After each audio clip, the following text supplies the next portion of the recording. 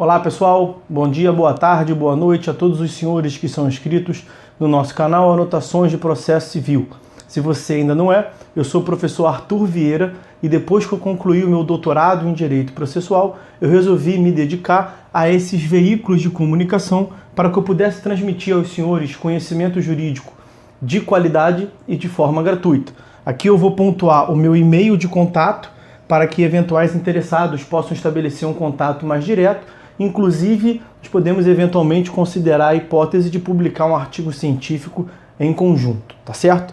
Bom, gostaria de pontuar também com os senhores o nosso canal no YouTube.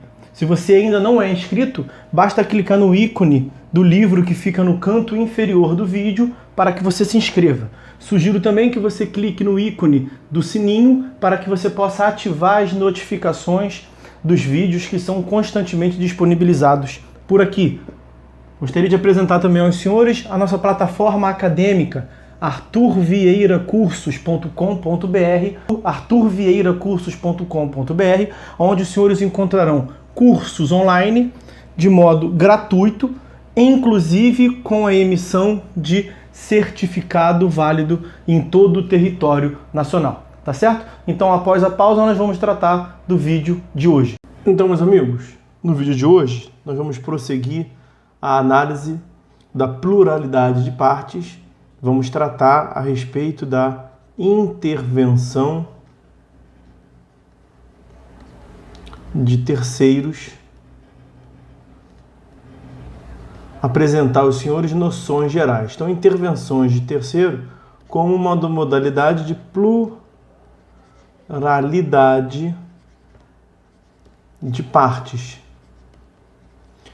Fenômeno processual, basicamente, na qual há uma relação jurídica processual em curso e um terceiro, um sujeito alheio a essa relação processual, intervém nessa relação processual.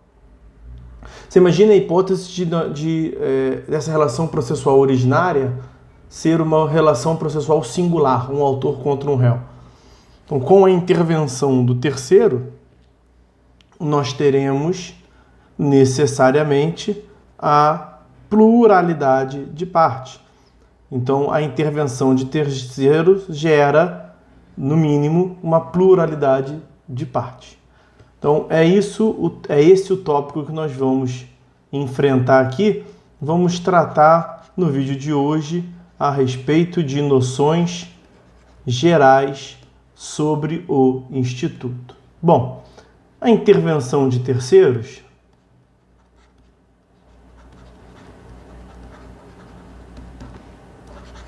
ela está regulamentada no CPC entre os artigos 119 e 138. Quando falamos em intervenção de terceiros, nós devemos minimamente passar a ideia do que seja um terceiro. E o conceito de terceiro é um conceito que se chega por exclusão. Então, é terceiro todo aquele que não é parte. Todo aquele que não é parte, ele é um terceiro. Então, o fenômeno que nós estamos aqui a tratar é da situação na qual um terceiro, alguém, portanto, que não é parte, intervém em certa relação jurídica processual, na qual nós podemos ter, de um lado, um autor, do outro lado, um réu, e esse terceiro, a partir de um certo momento, ele intervém no processo. A partir do momento que esse terceiro intervém no processo, ele deixa de ser terceiro. Por quê? Porque terceiro é todo aquele que não é parte. Pois nas situações em que a lei autorizar o ingresso desse terceiro no processo, ele vai passar a ser um sujeito processual. Nós veremos no estudo das espécies da intervenção de terceiro em qual modalidade de parte que ele se enquadra, seja parte do processo apenas ou parte mesmo da demanda. Então, o terceiro é, a princípio, aquele que está fora da relação jurídica processual. Mas, a partir de um certo momento, preenchendo os requisitos e as exigências legais, ele ingressa, ele intervém no processo. Quando ele ingressa, ele deixa de ser parte, ele deixa de ser terceiro, passa a ser parte, uma parte interveniente a partir desse processo. Como ele passa a ser parte, em algumas situações, ele será parte do processo. Em outras situações, ele será parte da demanda. Mas como ele passa a ser parte, quando ele intervém, ele deixa de ser, portanto, terceiro. Terceiro é um conceito que se chega por exclusão, portanto. E a lei traz as hipóteses em que esse terceiro, que não é parte, intervém legitimamente no processo. Nas hipóteses em que ele intervém legitimamente no processo, ele deixa de ser terceiro, passa a ser parte, ou parte do processo, ou parte da demanda. Bom, uma outra característica importante a respeito da intervenção de terceiros é a exigência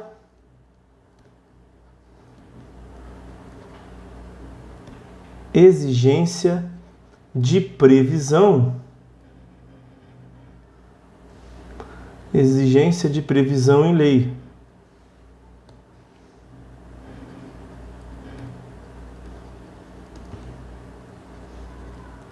Em lei.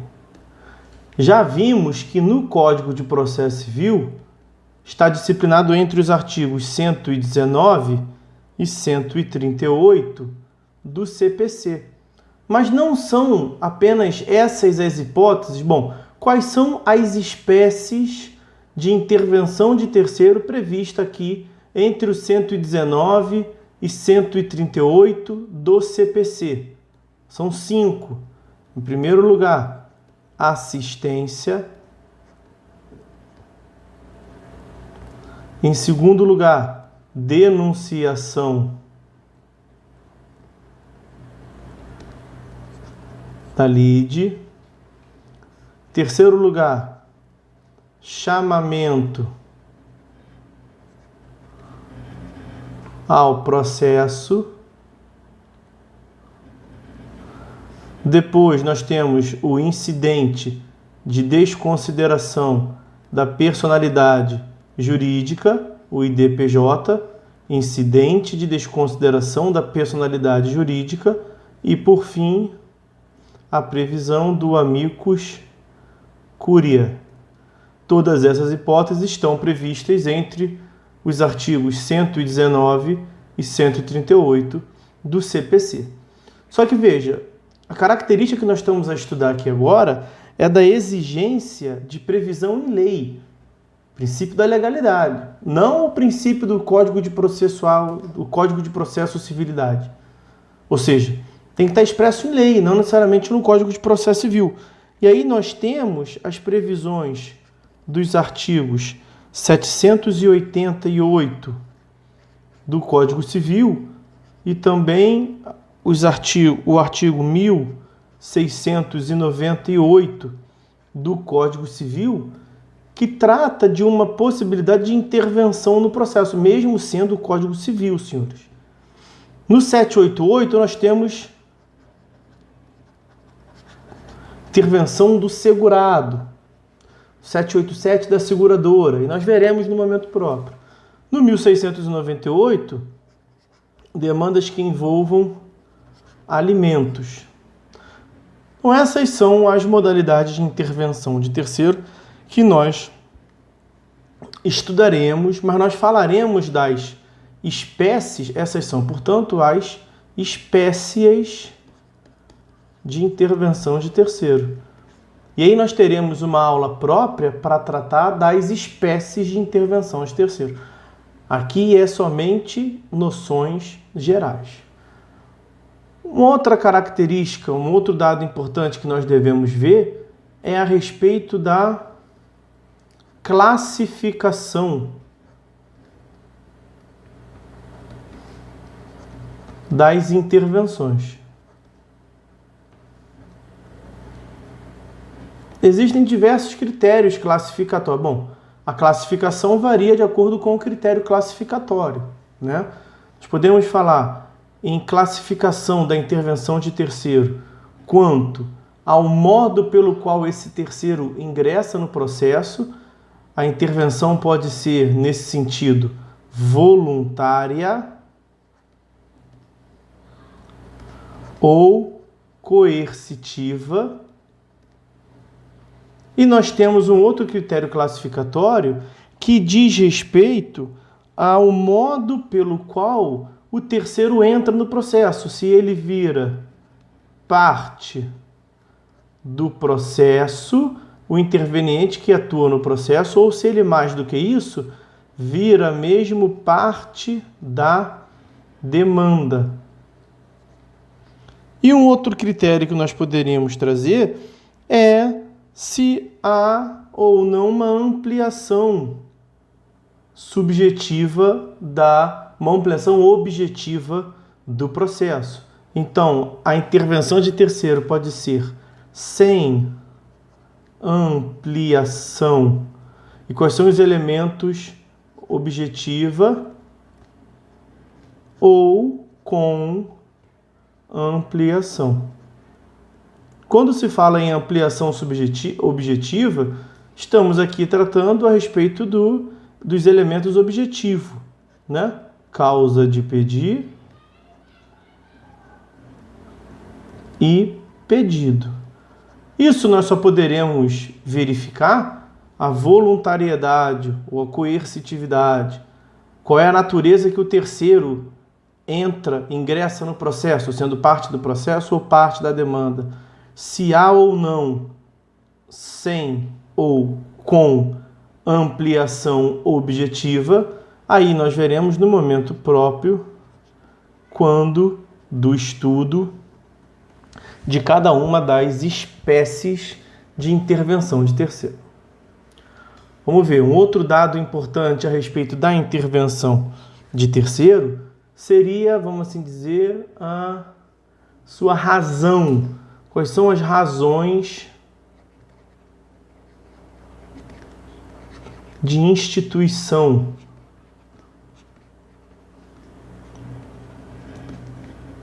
das intervenções de terceiro? Nós poderíamos falar uma primeira razão de instituição, a economia processual,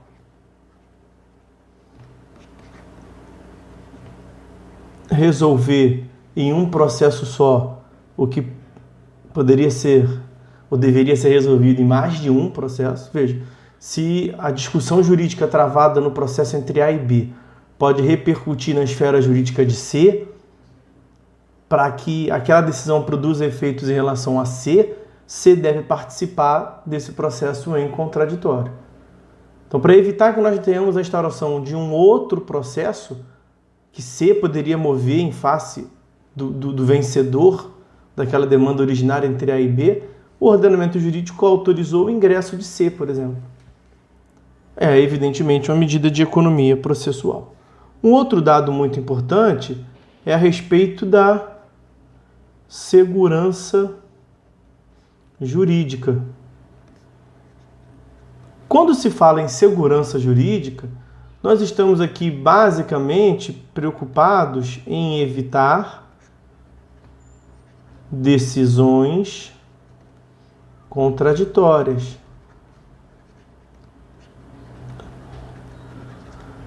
Então, vejam, o sistema jurídico, e aí vamos botar aqui a terceira razão de instituição, que isso vai nos levar ao estudo de uma vez por todas do último tópico, que é a complementação da análise da segurança jurídica e desse contraditório aqui, ó.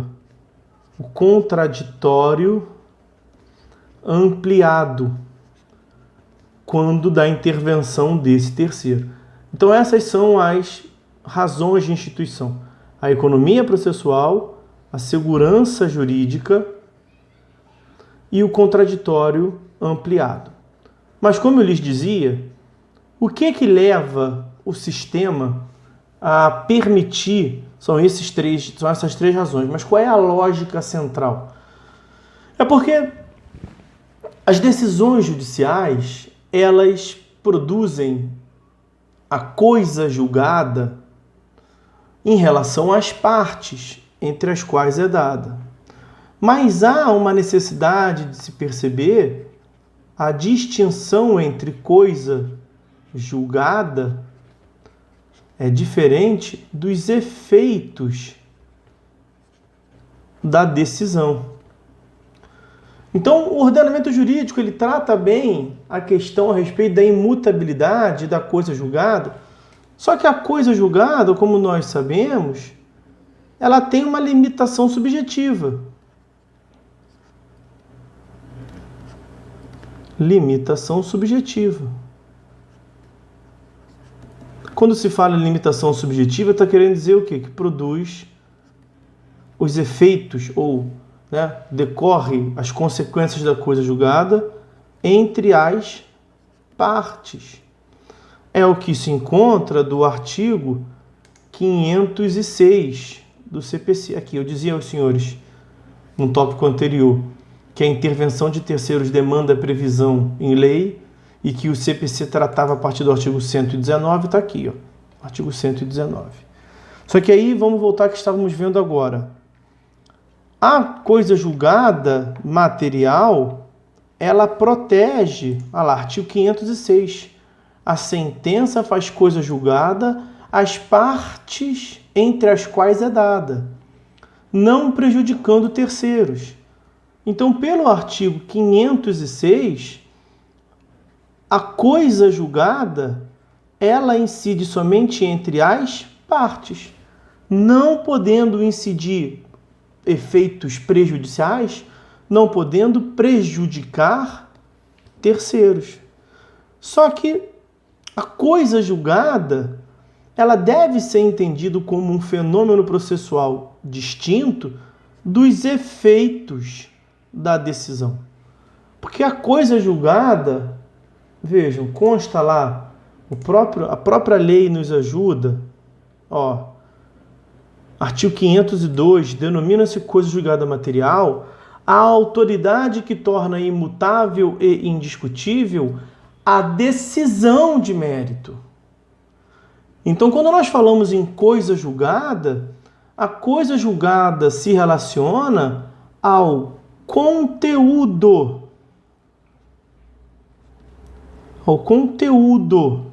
da decisão. Para ser mais preciso ainda, a coisa julgada produz sua consequência de imutabilidade em relação ao dispositivo, porque é na parte dispositiva que nós encontramos a decisão propriamente dita do julgado. Isso é o fenômeno da coisa julgada. Só que a coisa julgada é distinta dos efeitos da decisão. O ordenamento jurídico regulamentou bem a coisa julgada. O conteúdo da decisão se torna imutável. Só que isso é diferente da possibilidade de uma decisão produzir efeitos, ou a produção de efeitos para fora do processo.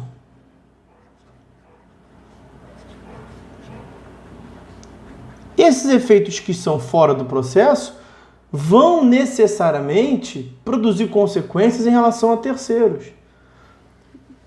Um exemplo bobo aqui, ó. Nós temos dois sujeitos casados entre si. A e B são casados entre si. Só que eles já são separados de fato. Então vou botar aqui só um exemplo, olha. Exemplo. A e B são casados entre si. Só que eles já são separados de fato, já não moram mais juntos. E aí, A tem lá uma relação com C, B tem uma relação com D. Mas A e B são casados entre si ainda. A pode casar com C? Não, porque é casado com B. B pode casar com D? Não, porque ainda é casado com A. A eventual sentença de divórcio, o divórcio entre A e B, rompendo o vínculo matrimonial, vai produzir efeitos em relação a C? Vai produzir efeitos em relação a D?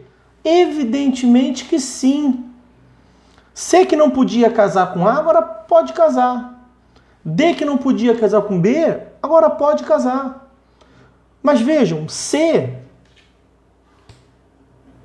e D não participaram em contraditório do processo de divórcio entre A e B. Então não incide coisa julgada material do divórcio entre A e B em relação a C e em relação a D. Mas coisa julgada é uma coisa, efeitos da decisão é uma outra coisa. É essa lógica que permite a intervenção de terceiro. Então nós falaremos em intervenção de terceiros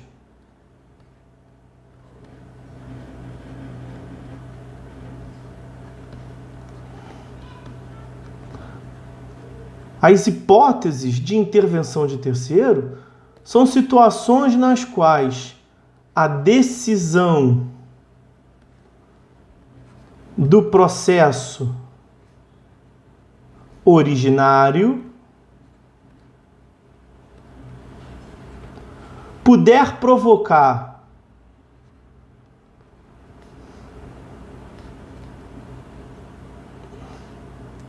consequências jurídicas em relação ao terceiro.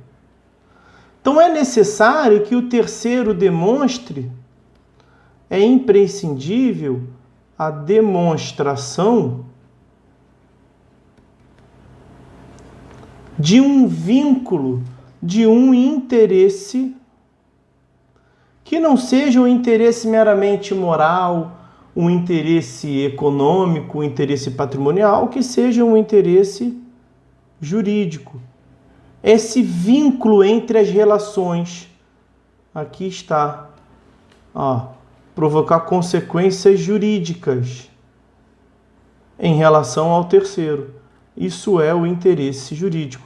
E aí esse interesse jurídico vai variar de acordo com as modalidades interventivas.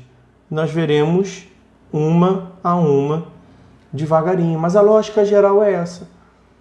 Permitir que o terceiro ingresse numa relação processual originária da qual ele não faz parte, por isso que ele é um terceiro, mas ele demonstrando, em primeiro lugar, que a sua possibilidade interventiva está regulamentada em lei. E, em segundo lugar, o que justifica a primeira, inclusive, que aquela relação jurídica processual originária pode provocar uma consequência jurídica em relação a ele, ele pode intervir no processo. Então essas são as considerações a respeito da intervenção de terceiro. O terceiro deve demonstrar, nessa lógica aqui, de interesse jurídico, ele deve demonstrar a intensidade, um vínculo entre a sua esfera jurídica, a sua relação jurídica, com a relação jurídica discutida no processo. Para quê? Para minorar ou para condicionar a produção dos efeitos que aquela decisão vai produzir, e o sistema jurídico não tem como impedir a produção de efeitos da decisão. O contrato anulado entre A, B, C, D, E, entre as partes, está anulado para todo mundo. Não seria uma contradição lógica, está anulado para as partes do processo e ser válido para todo mundo que está fora. Não, foi anulado no processo, é anulado. Máximo é a não produção de efeitos em relação a quem não participou do processo, demonstrando-se que ele era um litisconsorte necessário, que deveria fazer parte. Mas não sendo o caso, sendo um terceiro, vai repercutir isso em esfera. Se ele demonstrar que há um vínculo tal, uma proximidade, que a lei disciplina quais são e nós veremos, entre a relação jurídica que ele, terceiro, titulariza e a relação jurídica processual, direito material discutida no processo, de modo que a decisão proferida naquele processo pode repercutir na sua esfera jurídica, a sua intervenção estará regulamentada em lei e muito provavelmente o juiz admitirá em concreto, tá? Bom, então essas foram as considerações a respeito da intervenção de terceiro, noções gerais sobre a intervenção de terceiro. A partir dos próximos vídeos, nós veremos aqui com os senhores com calma as modalidades de intervenção de terceiros, uma a uma. Assistência, denunciação da lide, chamamento ao processo, incidente de desconsideração de personalidade jurídica, amicus curiae,